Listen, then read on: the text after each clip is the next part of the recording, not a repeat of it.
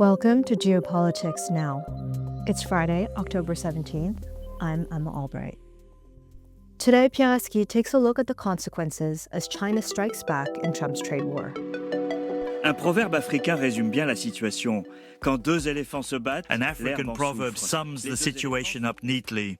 When two elephants fight, it's the grass that suffers. The two elephants are China and the United States, and the grass is the rest of the world. What began as the Chinese front of Donald Trump's trade war has evolved into something much bigger, a struggle between superpowers. That rivalry makes it more volatile and far more dangerous.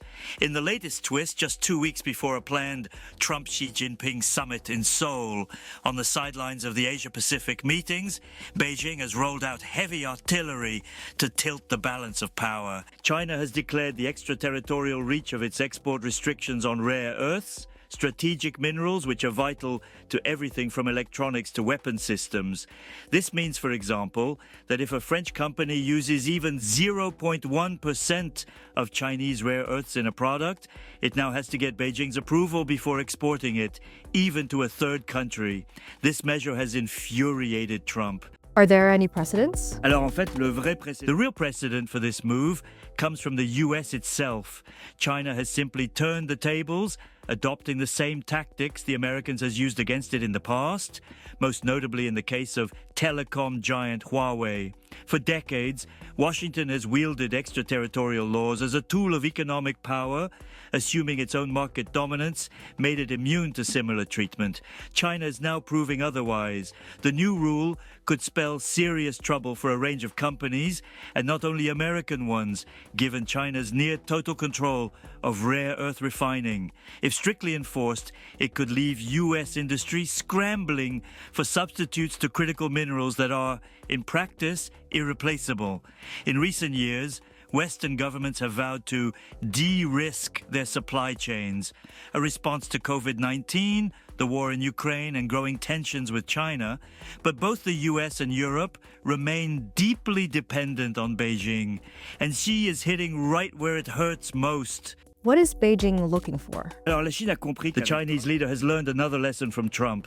You don't turn the other cheek. Instead, he's fighting fire with fire, a strategy that seems to have caught the US president off guard. It's a clever move by Beijing in the run-up to the Seoul summit. Trump, in response, threatened to cancel the meeting and slap 100% tariffs on Chinese goods, only to send the stock market into a tailspin.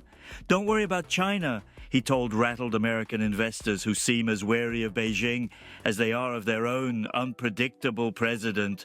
Meanwhile, the rest of the world finds itself caught in the middle, held hostage by this high-stakes standoff between two economic giants.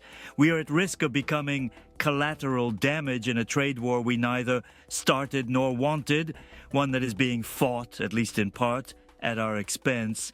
Some of the Chinese products shut out of the U.S. market by Trump's tariffs are now flooding into Europe and Southeast Asia, distorting prices and competition. Globalization was built on the idea of interdependence.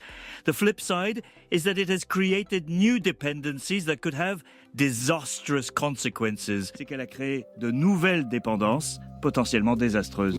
Geopolitics Now is a World Crunch production. Automated speech technology was used for Pierre Haski's English voice.